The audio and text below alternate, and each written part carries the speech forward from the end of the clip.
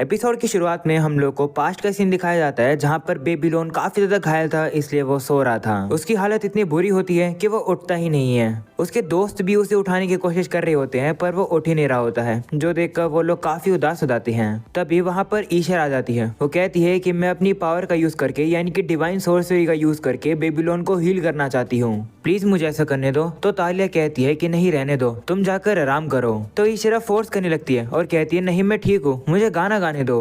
जो सुनकर तालिया गुस्से में आ जाती है और वो उसे रोकने के लिए चाटा मारने वाली होती है उसे, पर तभी गालिलिया उसे रोक लेता है। तो तालिया भी अब रुक जाती है और वो ईशर से कहती है कि हमें पता चला कि बेबीलोन के ऊपर किसी चर्च वाले बंदे ने ही हमला किया है, इसलिए हम किसी भी चर्च वाले पर्सन पर विश्वास नहीं कर सकते हैं। ऐसा बोलकर तालिया वहाँ से चली जाती है। वहीं पर हम लोग अब देखते हैं कि ईशर वहाँ से जाती नहीं है, बल्कि वो बेबीलोन के पास आकर गाना गाना शुरू करती है। इसके बाद अब सीन वापस से प्रेजेंट का आता है, जहाँ लास्ट एपिसोड में हम लोगों ने देखा था कि लॉयड और उसके साथी अब वहाँ पर उसी बंदे के अब हिडन बेस के अंदर आ जाते हैं। वहाँ पर सभी लोग ऐसा कुछ देखते हैं जिसे देखकर सभी हैरान हो जाते हैं। वहाँ पर लॉयड भी काफी हैरान हो जाता है। दरअसल वो सभी लोग अब देखते हैं कि यहाँ पर तो काफी सारे लोगों के ऊपर काफी खतरनाक एक्सपेरिमेंट्स किए गए हैं। ये सब ईशर से देखा ही नहीं जाता, उसकी तो अब हालत ही बुरी होने लगती है। यहाँ की सारी चीजों को देखकर सिल्फा कहने लगती है कि यहाँ पर तो मॉन्स्टर और इंसान दोनों हैं। तभी सिल्फा अब नोटिस करती है कि चर्च में जो मरम्मत का काम चल रहा है उस मरम्मत की आवाज तक उन लोग को यहाँ तक सुनाई दे रही है। सिल्फा अब कहती है कि वो बंदा हमेशा कहता रहता था कि उसे ईशर का गाना सुनाई देता है, तो इसका यही मतलब है कि उस बंदे का यही हाइड आउट है। जिस पर गालिलिया कहता है कि देखकर लगता नहीं है कि वो यहाँ पर है, क्या तुम्हें लगता है कि वो यहाँ पर वापिस आएगा? तो सिल्फा कहती है कि मुझे नहीं लगता कि वो वापिस आएगा, क्योंकि उसने ऊपर इतनी तबाही जो मचाई है उसे पता चली गया होगा कि हम लोग को इस जगह के बारे में पता चल चुका है। तभी रेन अब सिल्फा को बताती है कि यहाँ पर ये जो बॉडी है इन्हें ऐसे सुई धागा से सीला गया है जैसे उन घूस को सीला गया था जिससे हमने सीवर में लड़ाई करी थी। ये सुनकर सिल्फा अब और भी हैरान हो जाती है और कहती है कि तुमने सही कहा, इसका मतलब सीवर में जो कुछ भी चल रहा था वो उस बंदे का ही प्लान था। पर आखिरकार वो यहाँ पर कर क्या रहा है? जिस पर लॉयड कहता है कि वो यहाँ पर सिंथेसिस कर रहा है। ये जगह दिखने में एक अल्केमी लैब लग रही है। यहाँ पर एक लिविंग ऑर्गेनिज्म के सेल को निकालकर दूसरी बॉडी के अंदर डाला जाता है। देखकर लगता है कि वो बंदा रैत को यानी कि भूतों को लोगों के अंदर डालना चाहता है। लॉयड ये सब वहाँ पर कुछ कागजों को देखकर कह रहा था, क्योंकि वहाँ पर सब एक्सपेरिमेंट्स के तरीके लिखे हैं। ये सुनकर ईशर और भी हैरान हो जाती है कि आखिरकार चर्च के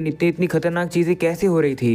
वहीं सिल्फा कहती है कि अब ये जानना काफी मुश्किल है कि जिनसे हम लोग लड़ रहे थे वो असली घूस थे भी या नहीं, या फिर वो ऐसे क्रिएचर थे जो कि अलग अलग इंसानों से बने थे। दूसरे शब्दों में कहे तो कीमेरास। जो सुनकर रेन को गुस्सा आ जाता है। वो कहती है कि ये तो बहुत ही बेकार है, आखिरकार वो बंदा इस तरीके से लोगों की जानों के साथ कैसे खेल सकता है, उसे ऐसे नहीं छोड़ा जा सकता है। जिस पर सिल्फा कहती है कि हाँ तुम सही कह रही हो, पर सवाल तो ये उठता है कि जिन कीमेरास को वो बना रहा है आखिरकार वो उनका करेगा क्या? जिस पर लॉयड कहता है कि वो बंदा जो कुछ भी करना चाहता होगा जरूर काफी बुरा करना चाह रहा है। ऐसे बोलकर लॉयड अब अपने मन में कहता है कि मुझे तो ये पक्का विश्वास है कि उस बंदे ने अपनी खुद की बॉडी को ही मॉडिफाई कर रखा होगा। मैं देखना चाहता हूँ कि आखिरकार उसने कितनी स्टडी करके अपनी बॉडी को कैसा बना रखा है। तभी सिल्फा कहती है कि चलो इस लैब को तबाह कर देते हैं, जिस पर सभी लोग एग्री करते हैं। वहीं लॉयड तो काफी शौक हो जाता है और कहता है कि क्या तुम सही में इस जगह को पूरी तरह से तबाह कर दोगी? जिस पर सिल्फा कहती है हाँ, लेकिन थोड़ी देर बाद सबसे पहले हमें जाकर प्रिंस एल्बर्ट को सब कुछ बताना होगा। तभी अचानक से हम देखते हैं कि वहाँ पर एक क्रिएचर आ जाता है जो कि अचानक से लॉयड के ऊपर हमला कर देता है। पर तभी क्रो बीच में आ जाता है। तुम लोग को याद ना हो तो मैं तुम्हें याद दिला देता हूँ कि क्रो की एबिलिटी वही कर्स स्पीच वाली है। ये बिल्कुल वैसी एबिलिटी है जैसे जुजुत्सु काइसेन में टोगी इनुमाकी की होती है।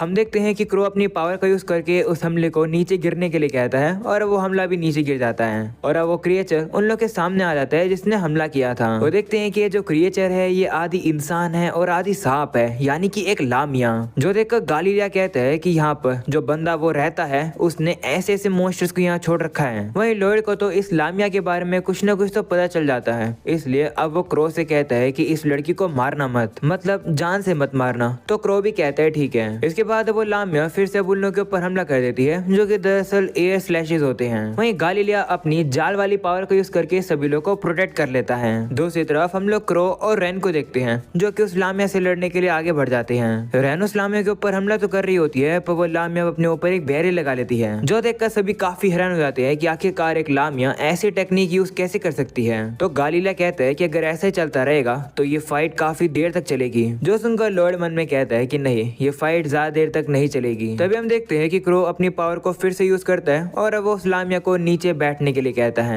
हम लोग अब देखते हैं कि क्रो की जो पावर होती है वो तो उस लामिया के बैरियर के अंदर तक चली जाती है, जो देखकर लॉर्ड भी काफी इंप्रेस हो जाता है। वहीं पर क्रो अब और भी अपनी और पावर का यूज करता है और बार बार उस लड़की को नीचे बैठने के लिए कहता है। और क्योंकि अब क्रो की पावर्स के अंदर डिवाइन सोर्सरी भी ऐड हो चुकी है, इसलिए अब उसकी पावर और भी एनहांस हो चुकी है और अब वो इसी तरीके से उस लामिया को हरा देता है, जो देखकर सभी काफी शॉक हो जाते हैं और कहने लगते हैं कि क्रो, तुम तो काफी पावरफुल हो गए हो, तुमने एक ही हमले में इसे हरा दिया। इसके बाद लॉर्ड अब उस लामिया के पास आकर कहता है कि अब मुझे पता चल चुका है कि ये कोई लामिया नहीं है, बल्कि ये एक इंसान है जिसे उस बंदे ने ही बनाया होगा। ये सुनकर सभी फिर से काफी शॉक हो जाते हैं कि आखिरकार वो बंदा जिंदे इंसानों के ऊपर इस तरीके से एक्सपेरिमेंट्स कैसे कर सकता है। रेन भी अब काफी डर जाती है और कहती है कि अब हम लोग इस लामिया का क्या करें। हम अब देखते हैं कि वो लामिया अब गुस्से में आकर अपने आप को छुड़वाने की कोशिश कर रही होती है, जो देखकर क्रो के पास और कोई भी चॉइस नहीं होती है। वो फिर से उसे हराने की कोशिश करता है अपनी पावर का यूज करके। वो अपनी पावर का यूज करने वाला ही होता है, पर तभी ईशर सामने आ जाती है। ईशर काफी घबरा रही होती है, पर फिर वो अपने आप को कंट्रोल कर लेती है और अब वो उस लामिया से कहती है कि चिंता मत करो, तुम्हें डरने की जरूरत नहीं है, हम सभी लोग तुम्हारी मदद करने के लिए आए हैं। उसे इतना करीब जाता हुआ देख गालिलिया ईशर से कहता है कि पीछे आ जाओ,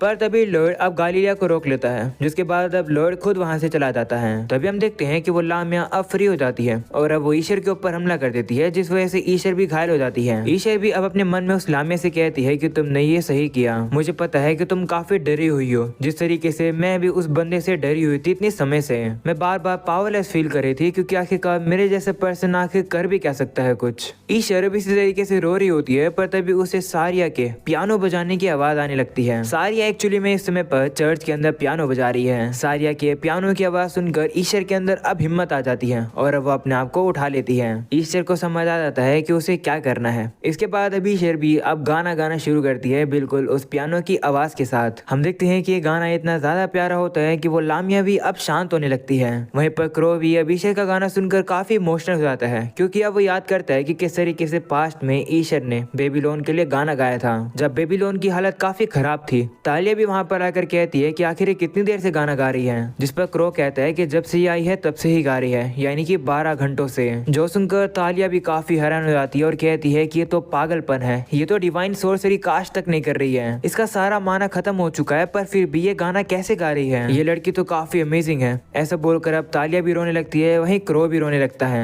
सीन अब इसी तरीके से प्रेजेंट का आता है, जहाँ पर अब वो गाना सुनकर तो अब वो लामिया भी शांत हो जाती है और अब वो कहती है कि मुझे तो ये गाना याद है, ये मैं हमेशा सुना करती थी, जब मैं इस जगह पर बंद थी तब हमेशा मुझे ये गाने की आवाज सुनाई दिया करती थी। इस गाने को सुनकर वो बंदा भी शांत हो जाता था, वो हिलना ही बंद कर देता था। मुझे याद है कि जब मेरी बॉडी का जो ये मॉन्स्टर है ये मुझ पर कंट्रोल लेने लगता था, तब मैं इस गाने को सुनती थी। तो इसका मतलब मैं सामने जो ये लेडी गाना गा रही है, ये वही पर्सन है जो कि मुझे आउट ऑफ कंट्रोल होने से रोकती थी। वहीं पर सभी लोगों को भी अभिषेक का गाना काफी पसंद आ रहा होता है, वहीं लॉर्ड भी काफी खुश हो जाता है। वहीं पर अब वो लड़की भी अब शांत हो जाती है और अब वो ईश्वर से कहती है कि माफ करना, पर मैं एक इंसान हूँ। ऐसा बोलकर वो काफी रोने लगती है, जो देखकर ईश्वर भी अब उसे गले लगा लेती है और कहती है कि प्लीज मुझे माफ कर दो, तुम इतनी ज्यादा करीब थी पर फिर भी मैं तुम्हें बचाने नहीं आ पाई। ये सुनकर तो वो लड़की और भी ज्यादा इमोशनल हो जाती है और अब वो काफी जोर से रोने लगती है। अगले सीन में हम लोग अब देखते हैं कि यहाँ पर अब एल्बर्ट भी आ चुका है और अब उसे भी इस लेबोरेटरी के बारे में पता चलता है। एल्बर्ट कहने लगता है कि मैं चाहता हूँ कि इस जगह के मालिक को मैं जल्दी से जल्दी मारूं, पर काश उसके बारे में हमें और पता होता। जिस पर वो लामिया कहती है कि माफ करना, काश मैं तुम्हारी और मदद कर पाती, पर मुझे एमनीजिया है, यानी कि भूलने की बीमारी है, मुझे कुछ भी याद नहीं है। तो लॉर्ड कहता है कि तुम्हारी याददाश्त इतनी बुरी है कि तुम्हें खुद का नाम भी याद नहीं है। लगता है कि तुम्हारे ऊपर जो एक्सपेरिमेंट हुए हैं उसी का ये साइड इफेक्ट है। मुझे एक अच्छा सा आइडिया है, मुझे लगता है कि तुम पहले एक एडवेंचर रही होगी। तो गालिलिया कहता है कि हाँ ऐसा हो सकता है, क्योंकि ये सोर्सरी जो यूज कर सकती है। तो वो लामिया कहती है कि भले अगर मुझे मेरी आइडेंटिटी के बारे में पता चल जाए, पर फिर भी मैं एक नॉर्मल जिंदगी नहीं जी सकती हूँ, क्योंकि मेरी बॉडी अब ऐसी जो हो गई है। तो गालिलिया कहता है कि चिंता मत करो, हम लोडेस से हैं, तुम वहाँ पर खुशी खुशी रह सकती हो। जिस पर क्रो भी कहता है हाँ हम तुम्हारे लिए एक लंबी स्कर्ट भी बनाएंगे। जो सुनकर वो लामिया और ईशर दोनों ही काफी खुश हो जाते हैं। इसके बाद लॉर्ड भी अब कहने लगता है कि आखिरकार वो बंदा है कौन जो जो कि एक से एक्सपेरिमेंट कर रहा है। तभी वो लामिया कहती है कि लैब के अंदर मुझे ये मिला, क्या तुम्हें लगता है कि ये तुम्हारे काम आ सकता है? वहीं लॉयड देखता है कि ये जो रोजरी है ये तो काफी पुरानी सी दिख रही है। वहीं वो लामिया कहती है कि मैं श्योर नहीं हूँ कि ये रोजरी उसी बंदे की है या फिर नहीं। मुझे थोड़ा बहुत तो याद है उसके बारे में, वो हमेशा कहता था कि उसे भगवान पसंद नहीं है, वो उन्हें हेट करता है। जो सुनकर लॉयड भी अब उस रोजरी को देखने लगता है। तभी लॉयड अब उसे वही कागज दिखाता है जो कि उसे नीचे लैब में मिले थे, जिसे देखकर वो लामिया डर जाती है। जो देखकर ईशा भी अब लॉयड से कहती है कि तुम्हें उसे ये नहीं दिखाना चाहिए। तो लॉयड कहता है कि अगर ये लामिया चाहती है तो ये इन कागजों को जला सकती है, पर हम लोग इन्हीं कागजों का यूज करके इस लड़की को वापस एक इंसान बना सकते हैं। लॉयड अब उस लामिया से कहता है कि तुम्हारी बॉडी कुछ ऐसे मानव सिग्नेचर्स के कॉम्बिनेशन से बनी है जो कि काफी कॉम्प्लेक्स है, उसे मैं तक सोल्व नहीं कर सकता हूँ, पर तुम एक ऐसी लोती पर्सन हो जो कि इन डाटा को सोल्व करने में मेरी मदद कर सकती हो। पर फिर भी अगर तुम इन कागजों को जलाना चाहती हो तो मैं तुम्हें नहीं रोकूंगा, पर अगर तुम अपनी बॉडी को ठीक करना चाहती हो तो मैं चाहता हूँ कि तुम मेरी मदद करो। चॉइस तुम्हारी है। तो वो लड़की भी अब मान जाती है और अब वो उन नोट्स को उठाकर कहती है कि मैं मदद करूंगी। ये देखकर ईशा काफी हैरान हो जाती है और अब वो तो वहाँ से भाग कर चली जाती है। दूसरी तरफ गालिलिया अब उस लामिया से कहता है कि तुम चिंता मत करो, हम लोग भी तुम्हारी मदद करेंगे। क्रो भी कहते हैं हाँ, सबसे पहले हम तुम्हें एक नाम देते हैं। ऐसा बोलने के बाद वो लॉयड से कहते हैं कि चलो इसके लिए एक नाम रखो, वो भी काफी प्यारा सा। तो लॉयड कहता है कि क्योंकि ये लड़की एक लामिया है इसे हम लोग लामी बुलाएंगे। अगली सीन में ईशर को दिखाया जाता है जो कि सारिया को ढूंढने के लिए जा रही होती है। उसे लग रहा होता है कि ईशर कैसल में वापस जा चुकी है, पर अब वो जैसे देखती है वहाँ तो सारिया बैठी होती है, जिसे देखकर वो काफी रिलीफ फील करती है और अब वो जाकर सारिया से कहती है कि मुझे माफ करना। ऐसा बोलने के बाद वो बेबीलोन से भी कहती है कि मैंने डिसाइड कर लिया है कि मैं गाना गाऊंगी। मैं चाहती हूँ गाना गाना क्योंकि वही एक ऐसी लोती चीज है जिसमें मैं अच्छी हूँ। जो सुनकर सारिया कहती है कि काफी अच्छी बात है, ऐसी बात है तो चलो हम लोग एक काफी अच्छी परफॉर्मेंस देंगे, वो भी ग्रेट एडवेंट फेस्टिवल के अंदर। वो लोग डिसाइड तो कर लेते हैं कि उन लोग को गाना गाना है, पर थोड़ी देर बाद एल्बर्ट उन लोग को बताता है कि फेस्टिवल को कैंसिल करना पड़ेगा। जो सुनकर वो लोग काफी उदास हो जाते हैं और कहते हैं कि क्यों, हम लोग कैंसिल नहीं कर सकते उसे। तो एल्बर्ट कहता है कि माफ करना, लामी की बात सुनने के बाद पता लगा है कि वो जो बंदा है, यानी कि वही बंदा जो कि ये सब एक्सपेरिमेंट कर रहा है, उसे भगवान और चर्च पसंद नहीं है, तो वो कुछ भी कर सकता है फेस्टिवल के दौरान। वहीं सिल्फा कहती है कि ये तो समझ आता है कि उसे ईस्टर का गाना पसंद नहीं है, पर इशू ये है ये जानना कि आखिरकार वो आखिरकार करना क्या चाहता है। आखिरकार उसने अपनी एक खतरनाक लेबोरेटरी बना रखी थी, तो वो कुछ ना कुछ तो करना ही चाह रहा होगा। इसका मतलब जो फेस्टिवल है उसे करना एक काफी खतरनाक चीज रहेगी। वहीं तालिया कहती है कि मुझे लगता है कि वो पोप को मारना चाहता है, यानी कि चर्च के हेड को। जो सुनकर एल्बर्ट कहता है कि इसका मतलब है कि हम लोग को फेस्टिवल को कैंसिल करना ही पड़ेगा, पर आखिरकार मैं इसकी अनाउंसमेंट करूंगा कैसे? अगर फेस्टिवल कैंसिल किया तो हम लोग को काफी बैकलैश मिलेगा। तभी सिल्फा कहती है कि हमें उस रोजरी के बारे में भी जानना होगा जो कि लामी को मिला था। आखिरकार वो रोजरी गया कहाँ पर? तभी वो देखते हैं कि काटरीना ने उस रोजरी को शीरो को पहना रखा है। जो देखकर सिल्फा अब उसी रोजरी को खींचने लगती है और कहती है कि अगर ये जो रोजरी है शायद सी उसी बंदे की हो सकती है, और अगर ऐसा है तो चीजें इतनी खतरनाक हो सकती है कि हमने इमेजिन भी नहीं करी है। तभी बेबीलोन बताता है कि मैंने भी उस बंदे के पास रोजरी देखी थी, पर वो एकदम नया रोजरी था। लगता है कि जो हमारे पास है ये उससे खो गया होगा, इसलिए उसे नया बनवाना पड़ा। पर सिल्फा कहती है कि प्रॉब्लम ये है कि जो ज्यादातर रोजरी होती है वो सिल्वर की होती है, पर हमें जो मिली है ये सॉलिड गोल्ड की है। तभी वहाँ पर फादर आ जाते हैं। वो सभी को बताते हैं कि ये जो गोल्ड रोजरी होती है ये सिर्फ 12 लोग ही पहन सकते हैं, इनमें पोप भी इंक्लूड होते हैं। ये सभी जिनके पास गोल्ड वाली रोजरी होती है इन्हें 12 बिशॉप्स कहते हैं। ये लोग सेंट्रल चर्च पर नजर रखते हैं। जो सुनकर रैन कहती है कि इसका ये मतलब है कि जो भी ये बुरा पर्सन है वो इन बिशॉप में से एक ही है। जोसन का फादर कहते हैं कि नहीं, ऐसा नहीं हो सकता है, जितने भी बिशॉप होते हैं वो काफी होली लोग होते हैं, आखिरकार वैसा क्यों करेंगे? और तो और वो वैसा दिखता भी नहीं है। जिस पर अब सिल्फा कहती है कि बेबीलोन के कहने पर हम लोग को पता चला है कि वो बंदा अपने फॉर्म को भी बदल सकता है, तो हो सकता है कि वो बंदा 12 बिशॉप्स में से एक ही हो। तो फादर कहते हैं कि लेकिन ऐसे भी हो सकता है कि इस बंदे ने किसी दूसरे बिशॉप से इस रोजरी को चुरा लिया हो। चाहे कुछ भी हो, मुझे बिल्कुल भी नहीं लगता कि 12 बिशॉप्स में से कोई ना कोई एक कल्प्रिट है। पर तभी बेबीलोन को याद आता है कि उस बंदे ने हमला करने के लिए जब अपनी डिवाइन सोर्सरी यूज करी थी तो उसने कोई भी रिचुअल परफॉर्म नहीं करा था, जैसे कि ईशर को डिवाइन सोर्सरी यूज करने के लिए गाना गाना पड़ता है, लाइक एक रिचुअल के तौर पर। और अगर उस बंदे को कोई भी रिचुअल परफॉर्म नहीं करना पड़ा तो इसका मतलब वो बंदा तो ऑलरेडी पास हो चुका है डिवाइन सोर्सरी को बिना रिचुअल के परफॉर्म करने के लिए। बेबीलोन अब कहता है कि प्रिंस लॉयड ने हम लोग को डिवाइन सोर्सरी को दिलवा रखा है, इसलिए हम लोग उससे ग्रांटेड तरीके से लेते हैं। पर नॉर्मली डिवाइन सोर्सरी को यूज करने में एक रिचुअल लगता है, जैसे ईशर गाना गाती है। इसी की वजह से डिवाइन सोर्सरी को यूज करना थोड़ा सा कॉम्प्लिकेटेड हो जाता है।